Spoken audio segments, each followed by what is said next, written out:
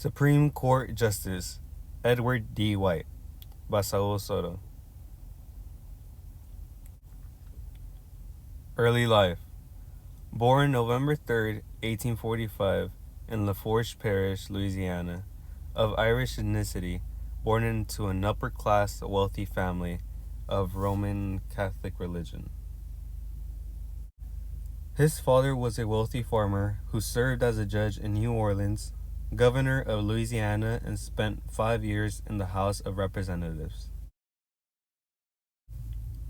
White traveled north to college and enrolled briefly in Mount St. Mary's College in Emmitsburg, Maryland, and in Georgetown College, now known as Georgetown University in Washington, D.C. White's education didn't last long due to the Civil War. He was enlisted in the Confederate Army in 1861. In 1863, he was captured at the Battle of Port Hudson and held prisoner until the end of the war. After the war, White read law in New Orleans in the office of Edward Bermudez. In 1868, he was then admitted to the bar. He was elected as a Democrat to the state Senate.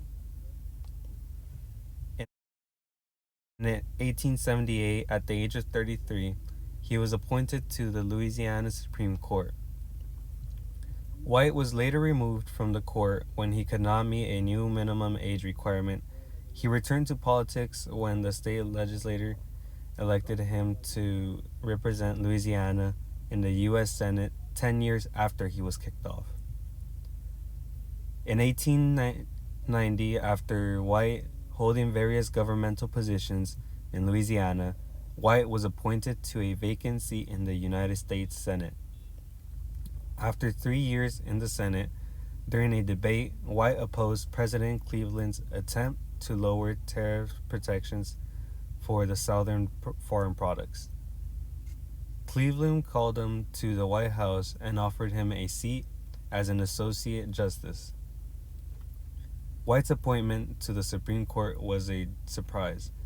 President Cleveland had twice sought to appoint New Yorkers to replace Blatchford, who had died, but the New York senators were Cleveland's foes and they exercised senatorial courtesy to scotch the appointments.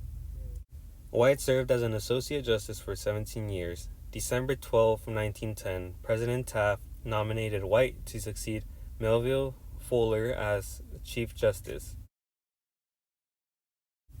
White was later removed in May 19, 1921, for cause of death. My court case is Furman versus Georgia. A man involved was William Henry Furman, and he was the man who was charged with murder. The Supreme Court of Georgia was also involved and was a lower court. The case was argued on January 17th, 1972, and was decided June 29th, 1972. The case originated in Georgia. In this case, Furman broke into a house, attempting to burglarize it, and he was caught by a family member in this house. He attempted to flee, and he fell over, and the gun he had went off and shot a family member and killed them. He was then tried for murder and sentenced to death for killing the resident. Furman argued that his 8th and 14th Amendment were violated, which is why it was brought to the Supreme Court. He challenged his sentence, saying that the death penalty was cruel and unusual, which was a violation of the 8th Amendment.